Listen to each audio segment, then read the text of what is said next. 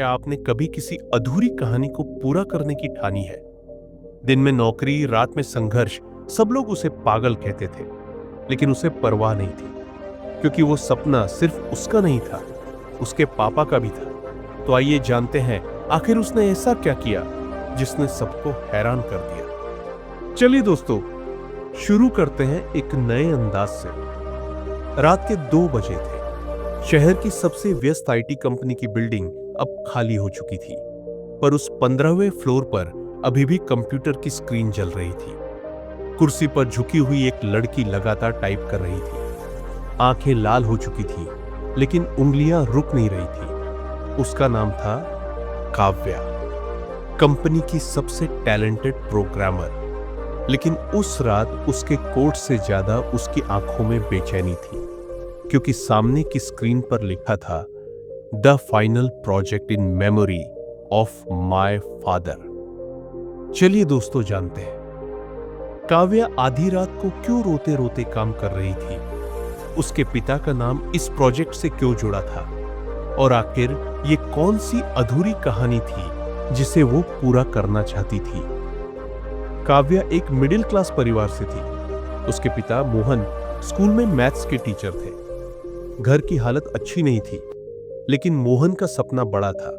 उनकी बेटी टेक्नोलॉजी की दुनिया में बड़ा नाम कमाए।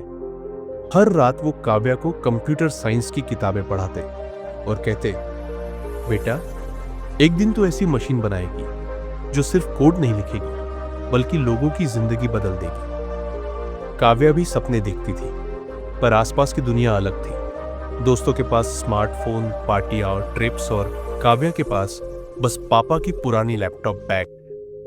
कभी कभी उसे लगता शायद वो पीछे रह रही है, लेकिन जब भी पापा की आंखों में उम्मीद देखती, उसकी हिम्मत लौट आती। जब काव्या कॉलेज के आखिरी साल में थी, उसके पिता को हार्ट अटैक आया। इलाज के लिए बहुत पैसे चाहिए थे। काव्या ने इधर उधर हाथ पांव मारे, लोन मांगा, मदद की कोशिश की, पर वक्त ने धोखा दिया। उसके पिता दुनिया छोड़ गए, लेकिन जाने से पहले उन्होंने उसके हाथ में एक डायरी थमा दी। उस डायरी में बस एक लाइन लिखी थी, मेरी अधूरी कहानी तू पूरी करेगी। वो अधूरी कहानी थी एक ऐसा प्रोजेक्ट, एक एआई एप्लीकेशन जो गरीब बच्चों को मुफ्त में पढ़ाई कराएगा, सवाल हल करेगा और उन्हें गाइड करेगा। मोहन ने अपने स्तर पर शुरुआत की थी, लेकिन संसाधन और वक्त की कमी से अधूरा रह गया। काव्या ने कसम खाई कि वो इस अधूरी कहानी को पूरा करेगी, पर आसान नहीं था। दोस्त करियर बनाने लगे, इंस्टाग्राम पर ट्रिप्स पोस्ट करने लगे। रिश्तेदार पूछते, इतना पढ़कर क्या मिला, नौकरी कर, शादी कर, जिंदगी बना। काव्या हर ताना सुनती, लेकिन हार नहीं मानी। दिन में ऑफिस, रात में पापा का प्रोजेक्ट। लोगों ने कहा ये पागल हो गई है, लेकिन काव्या को परवाह नहीं थी। उसे पता था यह सिर्फ उसका सपना नहीं, उसके पापा की अधूरी कहानी थी। 3 साल की मेहनत के बाद आखिर वो दिन आ गया। काव्या ने ऐप लॉन्च किया, नाम रखा उम्मीद। यह ऐप किसी भी गरीब बच्चे के लिए मुफ्त था।